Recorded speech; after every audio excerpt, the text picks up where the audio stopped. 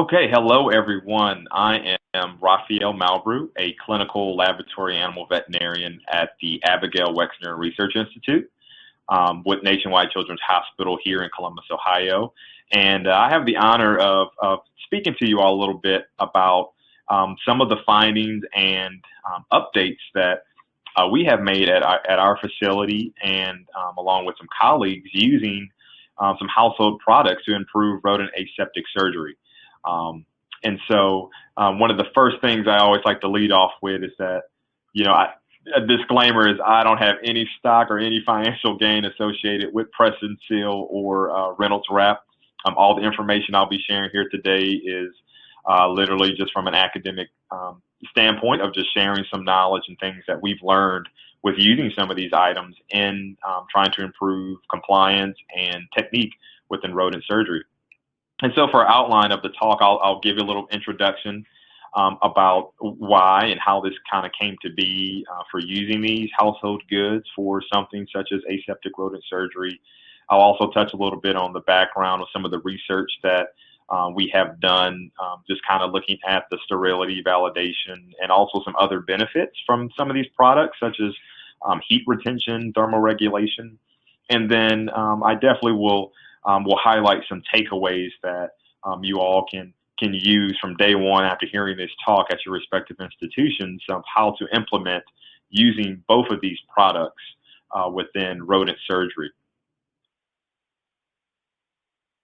Some of the learning objectives I'm hoping that everyone will gain are specifically some of the methods on how to aseptically use cling film in rodent surgery, the press and seal specifically, some methods on how to aseptically use foil, the Reynolds wrap for rodent surgery as well, and then also discuss some long-term and short-term benefits to using both of these within your facilities.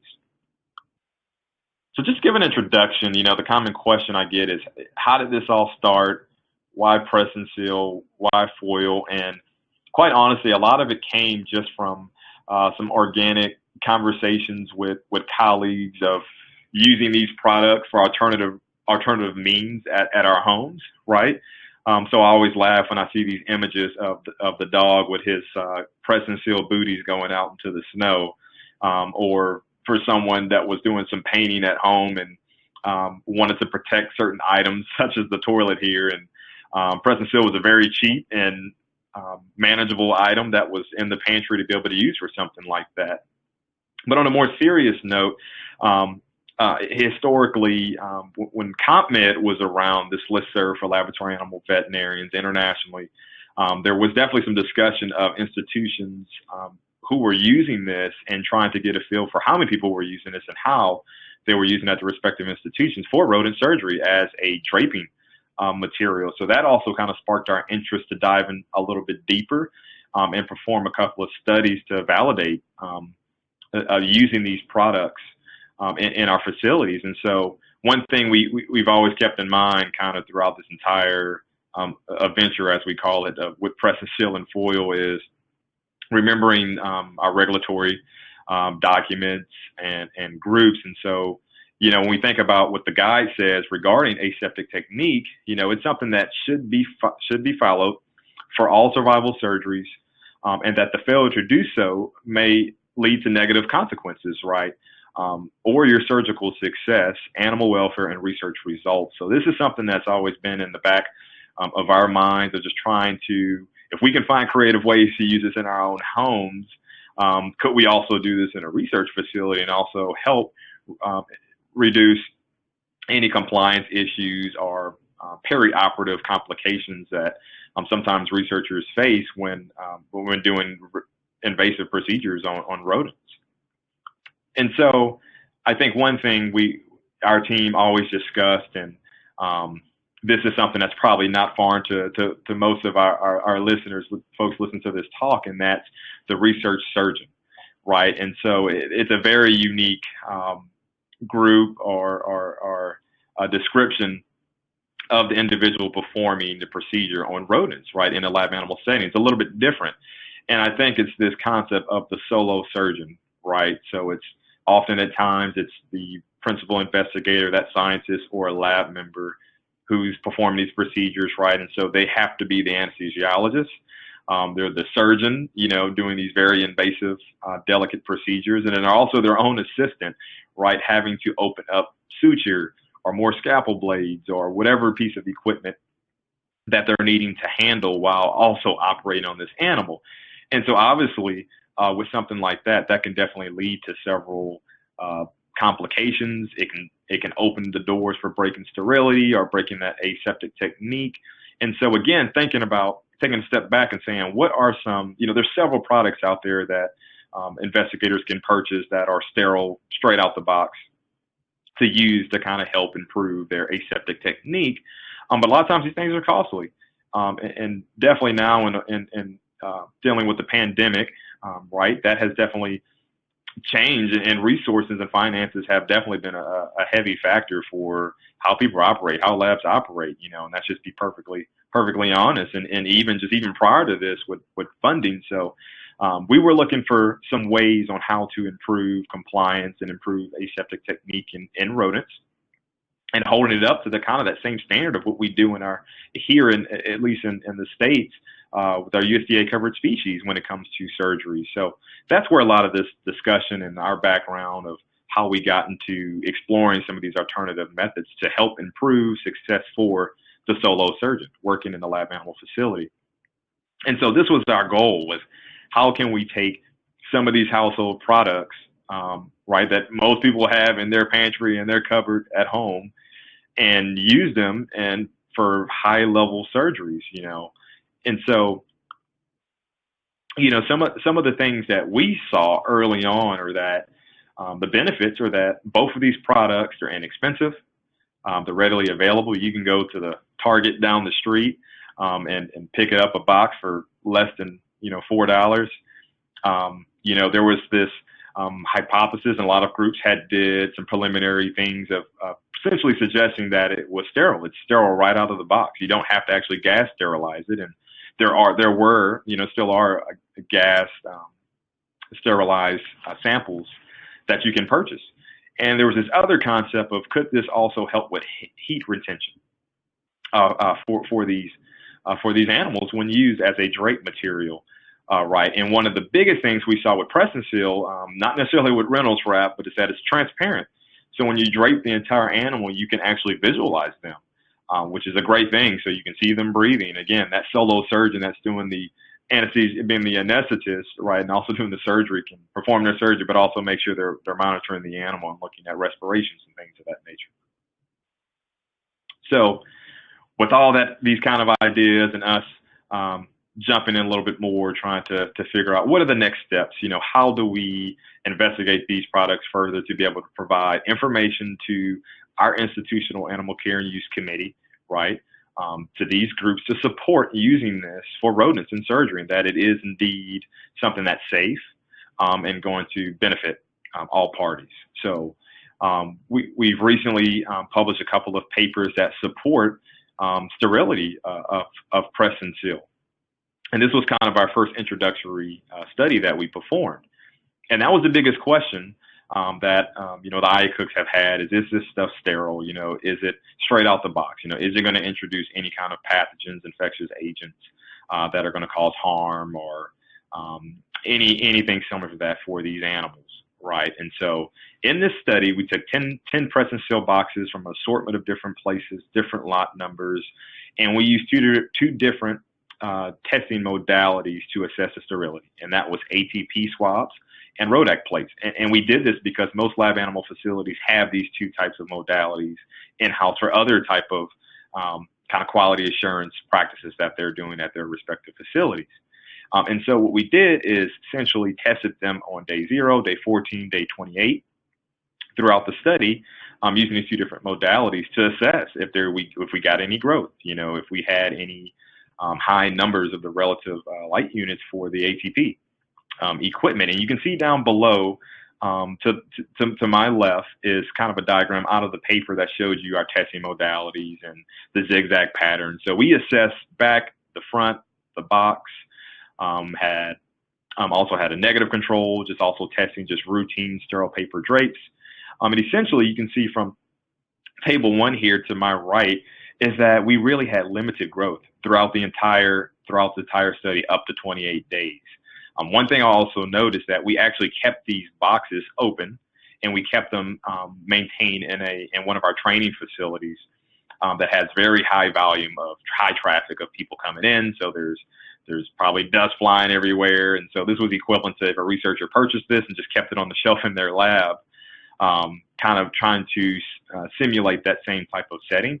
And really throughout up to 28 days, we had minimal bacterial growth as shown in this in table 1.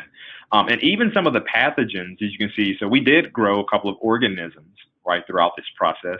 And so the next question was, okay, well, how important are these organisms, right? Are there any reports that these have even caused any type of spontaneous disease in rodent populations or even human populations? And so one thing we found is that a lot of these, so example, like the staph species below, these are things that are actually commensal on human skin. And so we actually were pretty suspicious that this was actually just more contamination from us in our culturing processes when we were going through the study. And so the takeaway essentially from this study is that the results supported that the use of cling film, which is the press and seal, is the only thing we tested type of cling film from this study. So we do have to specify that it can be used as an acceptable alternative to the traditional steroid drapes during rodent aseptic surgery. And so this was huge because this is something that, again, it's translucent, so you can see the animal. It actually adheres very nicely to the table and actually almost kind of serves as kind of restraint devices for these animals while they're down on the table on a heating pad. And then it's economical. So it's definitely easy for us to go and have a conversation with an investigator saying, hey, we want you to use draping material A, and we want you to use press and seal. They'll definitely go to Target and buy that versus, spending several hundreds of dollars on things that are prepackaged and paper drape that's already sterile. So this was a huge finding, and also provided information for our IACUC to support this becoming something we implemented in our facility. So the next question we get a lot of times is, how do you even use this stuff? So, okay, hey, got over that hurdle. We know that it's essentially sterile straight out of the box. How do I use it? And where do I use it? So a lot of ways that colleagues who have been involved in these studies and at our various institutions use it is obviously to drape the entire animal, as you see to my right here. So this whole table is actually draped. So the instruments are sitting on press and seal. The animal is draped in. The heating pad is covered. So essentially it lies a nice sterile barrier for a surgeon to be able to operate, right? Also, again, we talked about this concept of the solo surgeon. So being able to actually place this on top of the vaporizer, if they have to change the anesthetic plane or which level that they like to maintain the animal, you're able to do that without breaking sterility and maintaining that aseptic technique. So this is something that has been huge. It's something that we have definitely found a lot of researchers like, again, because of the pricing and it's easy to use. And hey, if they break sterility, they just rip it off and put a new piece on. But it allows them, again, to be able to be that solo surgeon and be successful without breaking sterility.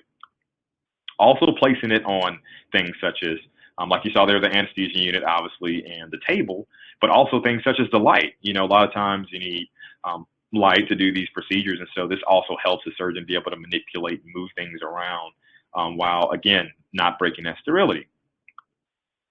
So the next step was, okay, we found out that the press and seal is indeed something that is essentially sterile out of the box, straight out of your neighborhood grocery store, and can be used in a multitude of different settings.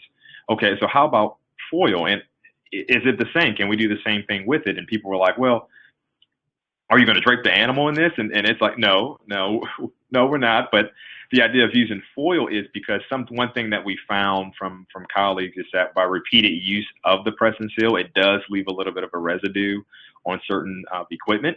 And so obviously things that are really expensive items, such as the anesthesia unit, or there's a special table you're working on, you may not want to use this material, but it does come off actually just using 70% isopropyl alcohol. You can actually wipe that off, but just to avoid that, it's like, why don't we just use foil for these things such as light handles, such as the anesthesia units and so forth. So we did is we used a kind of the same kind of experimental design for the Reynolds wrap foil. And again, Reynolds wrap foil, just like the press and seal, glad press and seal, is the only type of this product that we tested. So we can only speak on Reynolds wrap. But again, we got 10 boxes from a variety of different places, different lot numbers.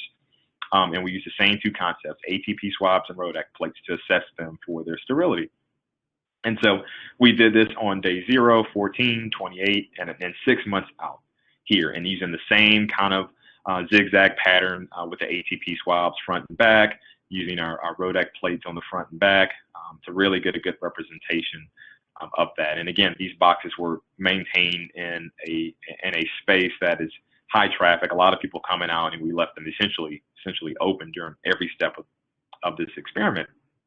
And again, what did we find for our ATP numbers? I mean, essentially no value there, and very minimum to none growth on the Reynolds wrap itself from a pathological standpoint.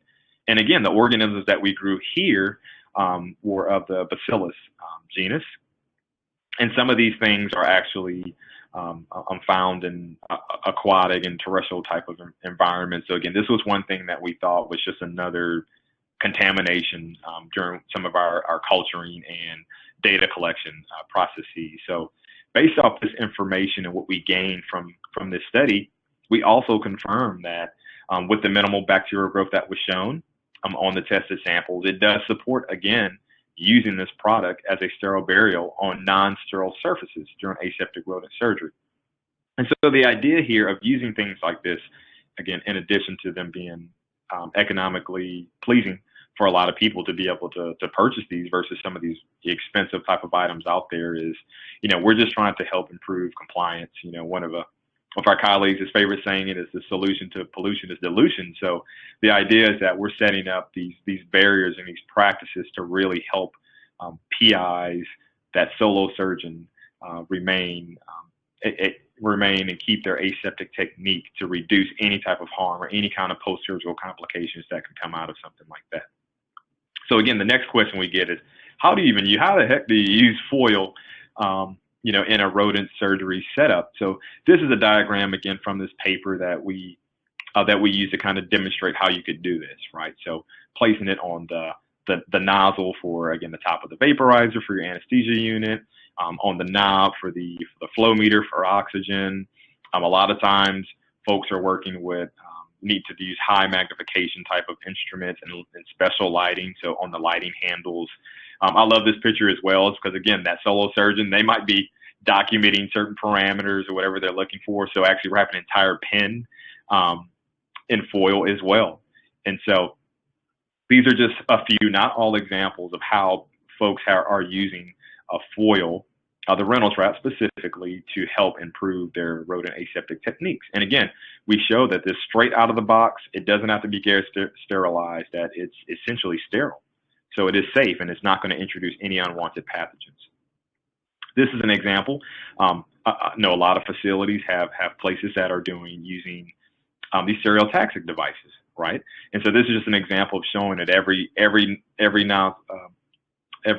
handle bar, essentially, aspect, you can wrap this in foil, and again, it's serving as a barrier to prevent any type of sterility breakage that could introduce any kind of pathogen. So again, allowing that solo surgeon to work solo and to be efficient.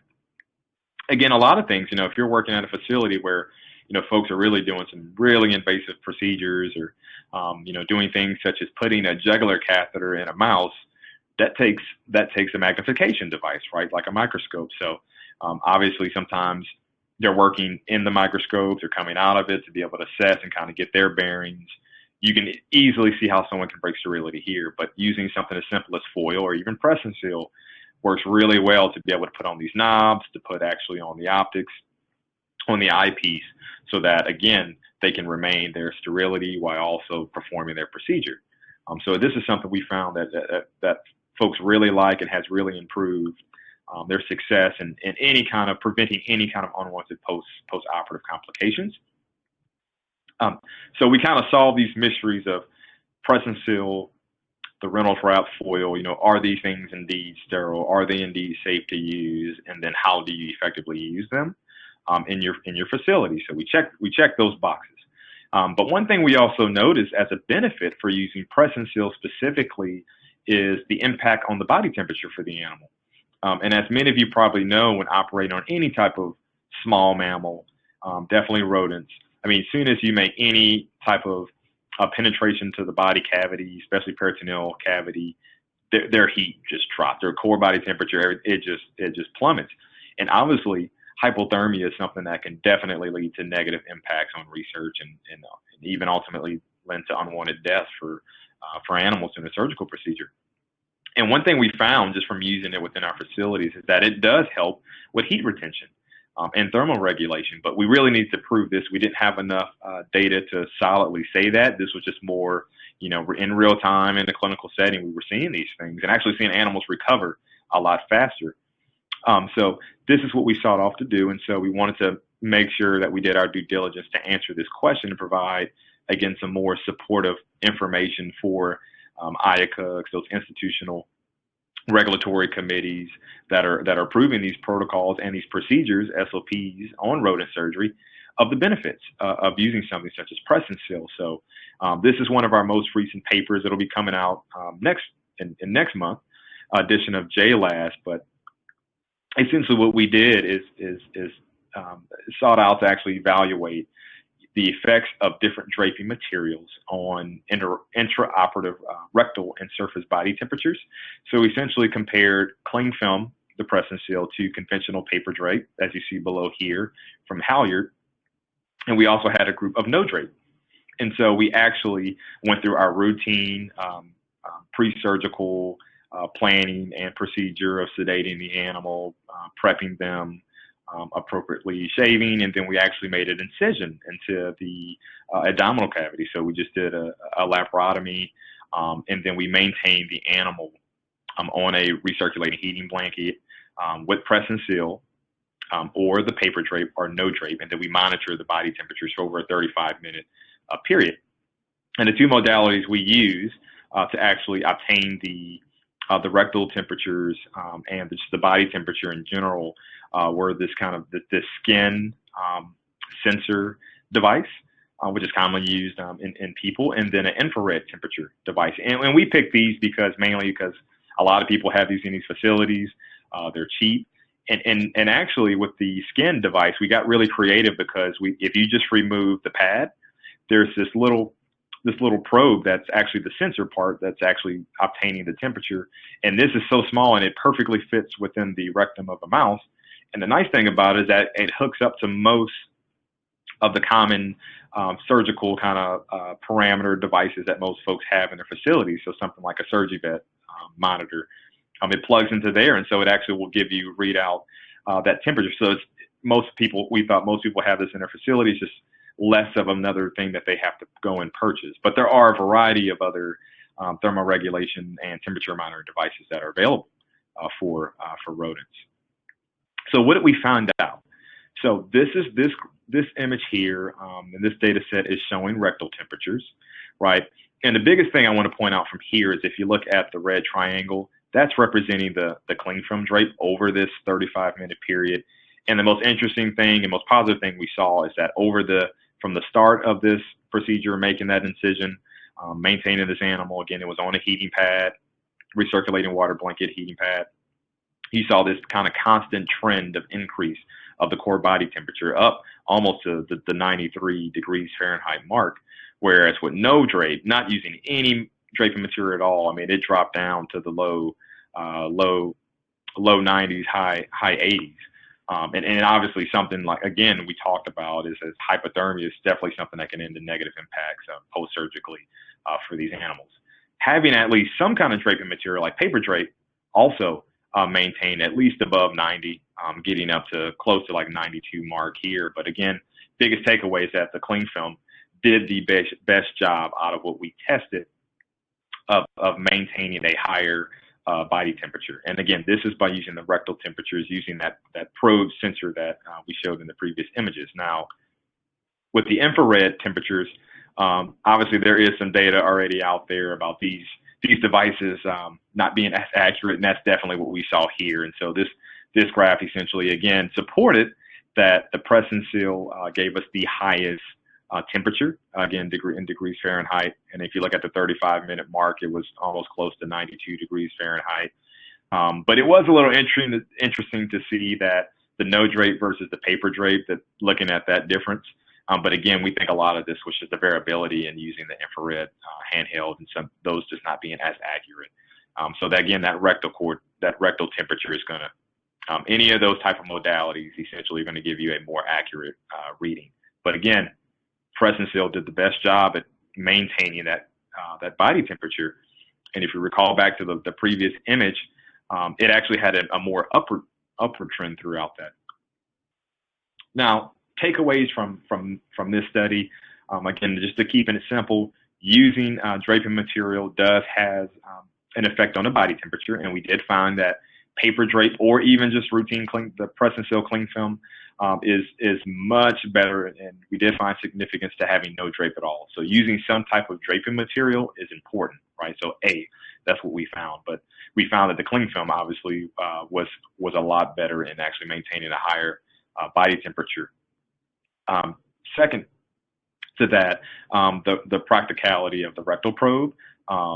And again, it was very nice because this was something that was compatible with a lot of the common vital monitor machines that most people will have in their facilities. So again, really, really strong suggestive evidence and data saying, hey, this press and seal is a really good product. Not only is it sterile, not only is it translucent so you can see the animal while you perform the procedure, but it helps to maintain a nice body temperature. That doesn't allow them to overheat as well. I think that's another important thing to mention. Whereas, some of you may have actually seen where maybe that solo surgeon has no drape. The animal's just on, at least they have some heat supplementation, but they don't have any drape. This kind of really just showed us too, how far down the temperature can drop, which is pretty interesting. Now, some future studies, one thing we did not look at, but we are working to do a couple of studies, is obviously the effects on recovery. So looking at recovery times, and just from some anecdotal kind of real-time clinical things I've seen, it really appears to help actually in decreasing and having those shortened recovery times using the press and seal, and obviously looking at surgical outcomes. So these are some future things we're looking to actually get some hard data on to provide for the field. And then the other is just also continue to investigate and look at these commercial rodent temperature monitoring devices that are out there. So there's a lot coming out on the market, and I think it's some really good products that are going to really help, just again, in that solo surgeon being successful, and also just helping that laboratory animal veterinarian or these regulatory groups that are providing oversight help with just compliance, decreasing compliance concerns. And so one thing we did put together, and again, this has been a team effort, is researchers always actually got to have good training materials. If you're going to implement this into your institution, you got to show people how to use these appropriately. And so one thing we tried to create is just one pager. It's just something that we give to all the PIs in their labs when they are going through our training programs on, again, just basic aseptic techniques in rodent surgery. And so I thought it would be good to kind of highlight this, and I'm more than happy to share this with anyone who's interested and listen to this talk directly. But essentially just goes over the benefits of the cling film and the aluminum foil. Again, we can only talk about press and seal in Reynolds wrap because that's all we studied, right? I know there's several other products, but from a scientific standpoint, these are the only two that we evaluated. And so we can say that the sterility was validated for up to 28 days for press and seal and up to 6 months for aluminum foil. Next to that, we can say that it's sterile directly from the box without any other processing techniques, such as gas sterilization. It's not needed. It's very cost effective, and it's available, in your neighborhood store grocery store down the street. Again, these benefits of being able to visualize the patient during surgery and also help with the thermoregulation also make it very appealing. And it definitely helps with improved compliance for aseptic use amongst our animal users. So very helpful. Some of the best practices, some questions we get are, do I need to remove a piece of the pressing seal every time before I use it? And the answer to that is yes. So we recommend you remove actually about 30 centimeters from the roll and discard that. And then when you pull that next piece out, that's going to be your clean kind of aseptic piece that you want to use for if you're draping the animal or putting on any type of instrumentation, say anesthesia machine. And that's for both press and seal and for the Reynolds wrap foil. And so some really important things to just to think about. But again, I thought it would just be really helpful to kind of show you just a nice summary of everything that was said in one page. And this is something we found to be very effective when going for training opportunities for our scientists and investigators. One thing I do want to also share is one of our colleagues who's been very invested in this and extremely helpful in getting a lot of these publications, getting these studies done, or our colleagues down at UTSA, down in Texas. They have an outstanding resource and a web page that has videos, PDF handouts, training modalities on how to actually use the press and seal, how do you drape the table, how do you take it out the box, and so forth. So this is something I definitely want to highlight, and I recommend folks, you don't have to reinvent the wheel. You can just reference this page. And I think you'll find that'll be very helpful when trying to incorporate this into your facilities.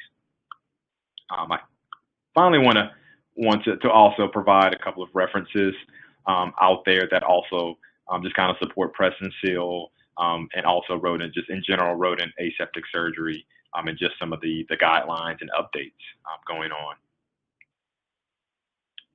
Finally, I definitely want to take the time to acknowledge all the partners working within this. So Nationwide Children's Hospital, The Ohio State University, their University Laboratory Animal Resources Group. A lot of this work was completed at Ohio State with that team, also in collaboration with UTSA and our other partners and colleagues at University of Louisville and University of Rochester. And definitely a special shout out to the Press and Seal Dream Team, as they call themselves.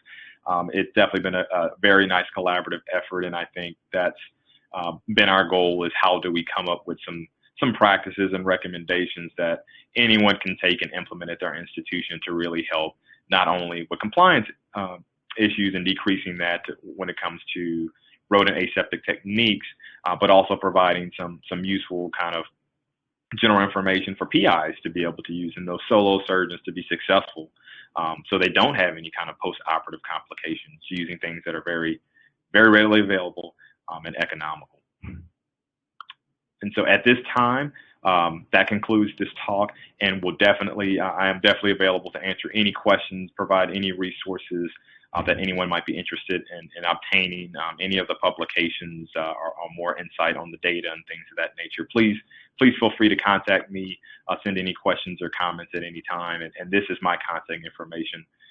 Happy to help in any way and continue to collaborate with everyone out there. So I hope you've enjoyed this talk, and take care and stay safe.